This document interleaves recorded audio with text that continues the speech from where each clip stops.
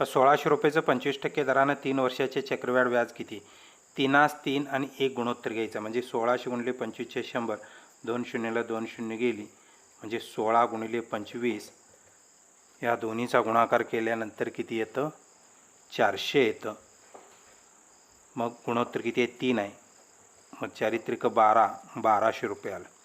ही आलेलं 400 परत घ्यायचं आहे. 400 गुणिले दर दिला आहे 25% छेद 100, 2 शून्याला 2 शून्य गेली म्हणजे 4 गुणिले 25, 25 चौक 100, गुणोत्तर 3 आहे म्हणजे 300 झालं. परत हे आलेलं 100 घ्यायचं आहे.